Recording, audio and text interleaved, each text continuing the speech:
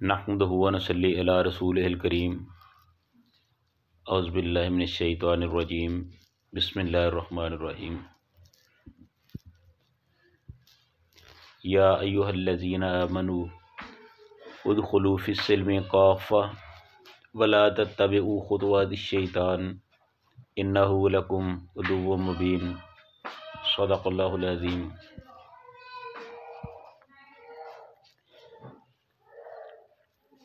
ابتدائی اسلام کا زمانہ تھا۔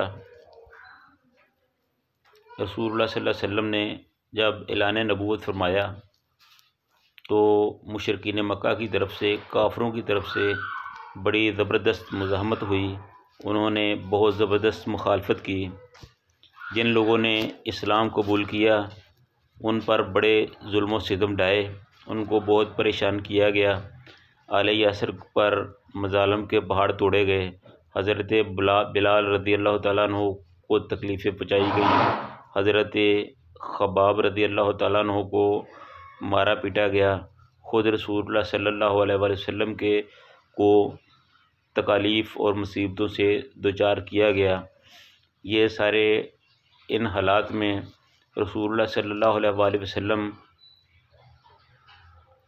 تمام نامساعد حالات کے باوجود اللہ رب العزت کی توحید کا کام کر رہے تھے، اسلام کی دعوت دے رہے تھے۔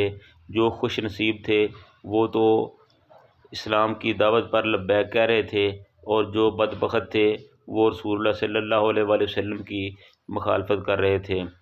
تو اللہ تعالیٰ نے فرمایا کہ اولئک علی ھدی من ربہم واولئک ھم المفلحون۔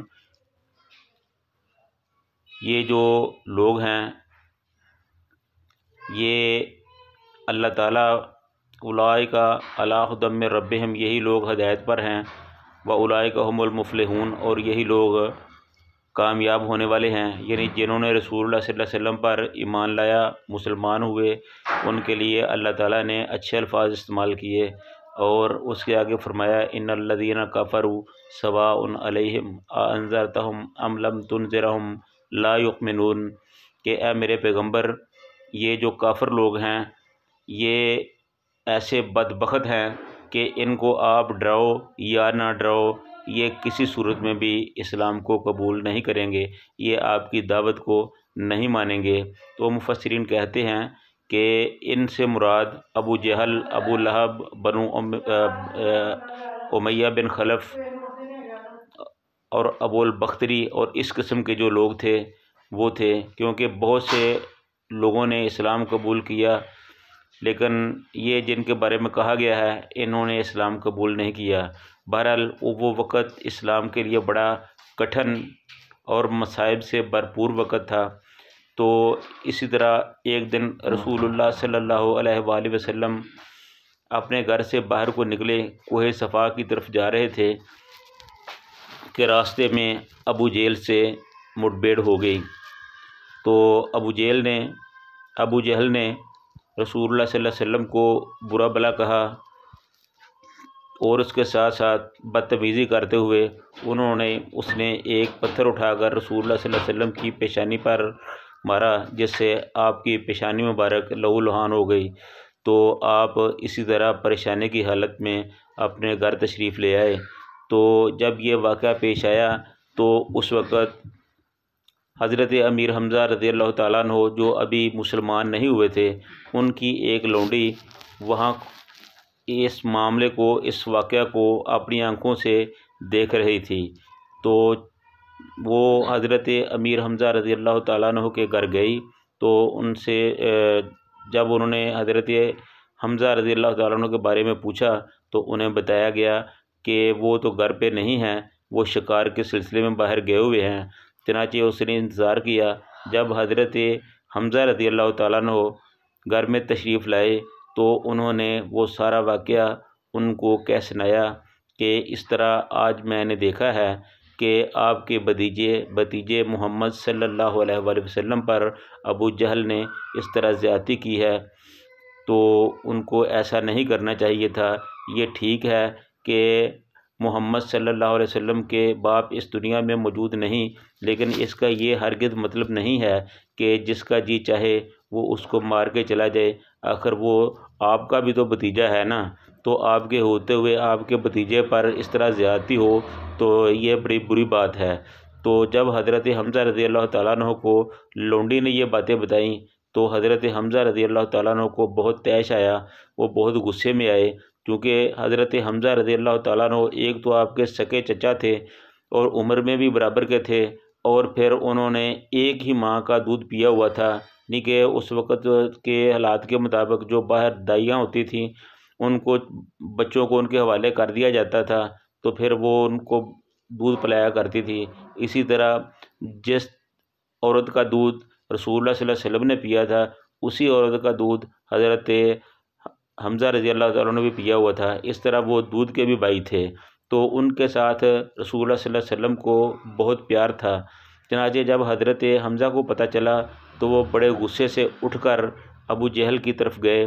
اس وقت ابو جہل دار الندوہ جو کافروں کا مسکن تھا، جو کافروں کا دفتر تھا، وہ وہاں بیٹھ کر میٹنگیں کرتے تھے، اسلام کے خلاف پروپیگنڈا کرتے تھے۔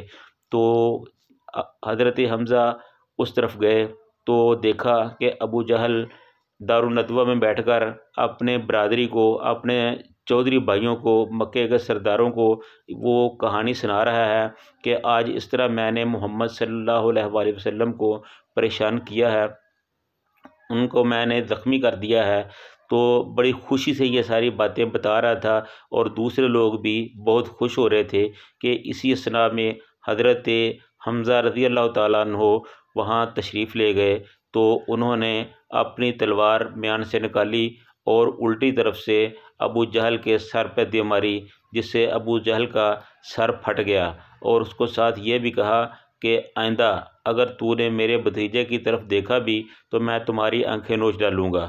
یہ کہہ کر وہ واپس آئے تو رسول اللہ صلی اللہ علیہ وآلہ وسلم کے پاس تشریف لائے، تو انہیں آ کے کہا کہ اے بھتیجے خوش ہو جا، میں نے تیرا بدلہ لے لیا ہے۔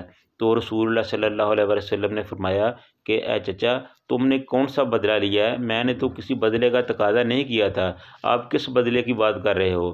تو حضرت حمزہ رضی اللہ تعالیٰ عنہ نے ابو جہل کا واقعہ سنا دیا کہ اس طرح مجھے پتہ چلا تھا کہ اس نے تمہارے ساتھ زیادتی کی ہے، تو میں اس کے پاس گیا ہوں، تو اس کو میں زخمی کر کے آیا ہوں، اس کا سر پھوڑ کے آیا ہوں، تو آئندہ وہ آپ کو پریشان نہیں کرے گا، تو اس لیے آپ بھی خوش ہو جاؤ۔ تو رسول اللہ صلی اللہ علیہ وآلہ وسلم نے فرمایا کہ اے چچا، مجھے ان معاملات کی قطعاً کوئی ضرورت نہیں، میں بدلے لینے کے لیے نہیں آیا ہوں، نہ میں کسی سے بدلہ چاہتا ہوں، اور نہ میں آپ کی اس کارروائی پر خوش ہوں۔ تو حضرت امیر حمزہ رضی اللہ تعالیٰ نے فرمایا کہ اے بھتیجے، تو پھر تو بتا کہ تو کس طرح خوش ہے؟ جس پر رسول اللہ صلی اللہ علیہ وآلہ وسلم نے فرمایا کہ اے چچا، میں اس طرح خوش ہوں کہ آپ مسلمان ہو جاؤ، کلمہ پکار دو، جب آپ مسلمان ہو جاؤ گے تو پھر میں آپ پہ راضی ہوں، خوش ہوں۔ تو اس طرح حضرت حمزہ رضی اللہ تعالیٰ عنہ وہیں مسلمان ہو گئے، انہوں نے کلمہ پڑھ لیا اور اسلام میں داخل ہو گئے۔ تو اس طرح رسول اللہ صلی اللہ علیہ وسلم بھی خوش ہو گئے، اور مسلمان بھی بہت راضی ہوئے، خوش ہوئے، کیونکہ یہ ان کے لیے بڑی خوشی کا دن تھا۔ حضرت امیر حمزہ رضی اللہ تعالیٰ عنہ جو تھے، ان کی مکہ میں بڑی اہمیت تھی، وہ خاندان بنو ہاشم سے ان کا تعلق تھا، وہ بھی سردار تھے، تو ایک اتنی بڑی شخصیت کا اسلام قبول کر لینا اسلام کے لیے واقعی ایک بہت بڑی خوشخبری تھی، مسلمانوں کے لیے بھی خوشی کی کوئی انتہا نہ تھی۔ تو اس طرح مسلمانوں نے نعرہ تکبیر بلند کرتے ہوئے خوشی کا اظہار کیا۔ تو اس طرح اللہ تعالیٰ نے رسول اللہ صلی اللہ علیہ وسلم کو جو ان کے ساتھ ابو جہل نے زیادتی کی تھی اس کا بڑا بہترین اجر عطا فرمایا۔ تو اللہ تعالیٰ ہم سب کو ان معاملات کو سمجھ کر عمل کرنے کی توفیق عطا فرمائے۔ وآخر دعوانا ان الحمد للہ رب العالمین۔